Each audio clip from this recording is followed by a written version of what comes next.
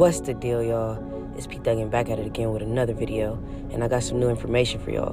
But before we get into it, if you're new to my channel, go ahead and smash that like button, smash that subscribe button, so I can keep you updated on the latest gossip and interesting topics on YouTube. Now let's get into it. This video is for entertainment and educational purposes only, and everything that I am saying with the content presented in the video is meant to be enjoyed. It is not meant to be taken as factual information or professional advice. Before Marianne Bachmeirer was a mother, Marianne was once a little girl that grew up in Germany. Her parents had came to Germany from East Prussia after World War II. Her father had been a member of the Waffen-SS, which is a combat branch of the Nazi Party's SS organization. She was being raised by both parents early in her life, but over time her father's alcoholic and abusive behavior led her parents to get a divorce. Her mother got remarried, where she lived with her mother and stepfather for a good amount of time, but it was not an easy living situation. Marianne described her home life as her stepfather having complete control over the family. She said he was super strict and looked at her as a problem child. Her stepfather was very religious and had rules in place she would just had a hard time following. Eventually, her mom had to make the hard decision and kicked her out of the home where she would have to make it in the world on her own. When Marianne was just 16 years old, she became pregnant with her first child, and because her living situation and current circumstances, she thought the best place for the child would be to give the baby up for adoption. Time goes by, and Marianne is now at 18 years old. She would now be pregnant again with her second child. This pregnancy was supposed to be different, but Marianne had to make a hard choice and give that baby up for adoption. The second baby was a pregnancy with her boyfriend. She wanted to keep the child, but right before giving birth, she was assaulted by an unknown man, resulting in her having to give the baby up to an adoption agency. A few years had passed for Marianne, and she had started a serious relationship with a bar manager named Christian Berthold. The relationship was going great. Marianne was about 22 years old. That's when she would once again become pregnant. Christian promised to support her and the baby and stick by her side. However, when Marianne gave birth to a daughter named Anna in 1972, Christian suddenly decided he didn't want anything to do with the baby and left her high and dry. Instead of turning to an adoption agency, Marianne decided this time she would raise her baby alone. And so that she didn't make the same mistakes, Marianne decided to get sterilized. Anna was everything that Marianne thought she wanted and needed, even though she had made the decision to raise her child without her now ex-boyfriend's support. Marianne had a lot of difficulties and financial struggles raising Anna alone as a single mother. Marianne was doing the best she could to manage shifts working at a local pub, but Anna was growing older and needed more consistency in her life when she started school. Everyone knew Marianne couldn't afford childcare, so she was known to take little Anna into the bar with her while she worked her shifts. Once they got back home, Marianne would be so exhausted from her shifts, she would sleep all day, while Anna was expected to care for herself. Close friends to Marianne would say that she was aware that it wasn't a good situation for a child, but she was trying to balance so many things at once. It was a really sad situation, and Anna didn't have much of a childhood. Shortly after, Anna was murdered. 7-year-old Anna Bachmeirer was described as a happy and open-minded child. On May 5th, 1980, she would be taken from this world by a 30-year-old neighbor named Klaus Grabowski. On this specific day, Marianne was having a disagreement with Anna. They had a huge argument, even at the age of only 7 years old. Anna decided she would skip school and go and visit a friend. It's unclear exactly what events transpired while she was on her way to this friend's home. However, we know that she would come in contact with Klaus Grabowski, who worked as a butcher. It's believed that he lured her to his home with the promise of letting her play with his cats. Once she was in his house, for a few hours, he strangled her with a pantyhose. Then, he put her in a cardboard box, which he left her on the bank of a canal. Grabowski was not new to hurting children. He had a criminal past and a pretty extensive history of abuse. He had 2 prior charges of sexually abusing girls, and he was a registered sex offender. In Germany, someone who is a convicted sex offender used to be able to opt in to be castrated as part of their treatment. The German government strictly referred to this as a treatment rather than a punishment. Grabowski opted to be castrated, and he underwent hormone therapy. It didn't take long for the police to put the pieces together.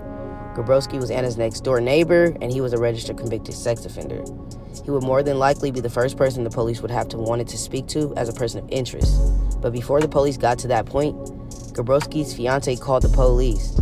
He had confessed his crimes to her, even telling her exactly where little Anna's body was located. Moving quickly as possible, police recovered the body from the canal bank, and Grabowski was arrested shortly after. Back at the police station, Klaus finally made a confession admitting to killing 7-year-old Anna, but he stood firm on saying that he didn't touch her in any sexual motivated way. Klaus tried to plead his innocence by saying Anna was the one who attempted to come onto him for sexual advances, but when he did not go along with what she wanted, she blackmailed him. Klaus said that Anna, a 7-year-old little girl, told him if he did not give her money, she would falsely tell her mother that he had abused her, which led to him becoming frantic, and then he killed her. Marianne was beyond broken by Anna's murder, but what angered her the most was the irrational claims that her killer was making. To suggest that an innocent little girl would ever come up with such a thing is unworthy to her. Even the prosecutors alleged that they believed the crime was sexually motivated, and they wanted to charge Klaus Grabowski to the fullest extent, with both sexually assaulting her and then murdering her. Grabowski still denies the allegations, and it would have to go to trial. The trial began in March of 1981 at the District Court of Lubeck. Klaus Grabowski's defense was that he killed Anna during a time he was experiencing a hormonal imbalance. He blamed the castration for the hormonal imbalance, and it was the reason he chose to kill Anna that day. Anna's mother, Marianne, was visibly overwhelmed, but she had to sit quietly in the courtroom day after day and listen to these excuses for the reason of Anna's murder. But on the third day of the trial, Marianne couldn't wait any longer for the verdict of guilty. She took matter into her own hands. On March 4th, Marianne Bachmeirer concealed a .22 caliber Beretta pistol into the courtroom. With her getting past the guards, acting as normal as every other day of trial, she got close enough to Mr. Klaus, and she fired 8 shots, 6 of those which hit Klaus Grabowski in the back, killing him immediately. One of the witnesses in the room heard her say, "I wanted to kill him." Then she dropped the gun and was taken into custody without incident. Marianne was charged with murder, and if she was convicted, she would have been sentenced to life. This was really one of the first big cases of vigilant justice that German courts had seen. The media took the story and ran with it. Most people saw Marianne as a grieving mother who could no longer handle hearing about the horrible details surrounding her child's murder. Her murder trial played out in court for about 4 months, with her defense team saying she could not be held responsible for her actions because she was overtaken with severe emotional distress. Marianne would take the stand in her own defense and testify that prior to that day, she had a dream where she had shot Grabowski, and then she walked into the courtroom that morning. She saw visions of her daughter standing there, and she had to take action. The prosecutors alleged that she fully knew what she was doing that day, and she had purchased a handgun about a week prior to the shooting. She had something highly suspicious, which was overheard by the judge after shooting him. She was overheard saying, "I wanted to shoot him in the face, but I only got him in the back. I hope he's dead." There was also 2 policemen presenting on that day of the courtroom shooting who testified they heard Marianne refer to Grabowski as a pig. After she shot him, she said, "Unfortunately, I only got that pig from behind."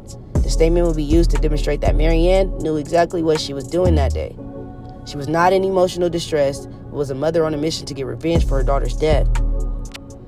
One of the documented accounts came from a doctor who examined Marianne shortly after she shot Grabowski and asked her for a handwriting sample. According to that doctor, Marianne wrote on that paper, "I did it for you, Anna," along with 7 hearts. With the overwhelming support of the country behind her, the murder charges would be dropped, refiled, and she would be charged with manslaughter and unlawful possession of a firearm. While she was in jail and awaiting her trial, she was sent many letters and gifts from the people who supported her.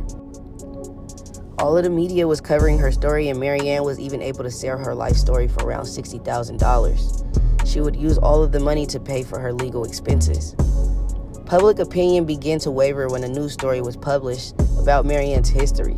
Some people portrayed her as a heroic mother who shot her child's killer, and some people learned about her past 2 pregnancies where she gave the children up to an adoption agency, as well as her father being connected to the Waffen Nazi. They felt that the killing may have been motivated for different reasons. In the end, though, she was sentenced to 6 years in prison, and this was thought to be the most fair sentence to give someone. Marianne would initially only serve 3 years for shooting Klaus Grabowski, but was released early from prison because she was deemed at risk for suicide. She finally moved on with her life, married a teacher, moving to Ghana, where her husband was a teacher at a local school. Later divorcing her husband and moving to Italy, she worked as an anesthesia assistant in a hospital. But at the early age of 46, Marianne Bachmeirer would die from pancreatic cancer and was buried right next to her daughter, Anna. After her sentencing, a poll was carried out about the Allensbeck Institute, which indicated that 20% of Germans thought her sentence was appropriate, while 27% believed it was too heavy. 25% believed it was too light of a sentence. What I want to know is, do you guys think that Marianne was justified in shooting her daughter's killer? Or do you agree it's an eye for an eye? Or do you think maybe she was wrong and she should have let the criminal justice system handle it because it wasn't needed for her to kill him? Let me know what you think in the comments. Don't forget to like, comment, and subscribe. Make sure you share this video. Turn on my post notifications because I got more content coming real soon. You already know the deal. P Thuggin is once again out.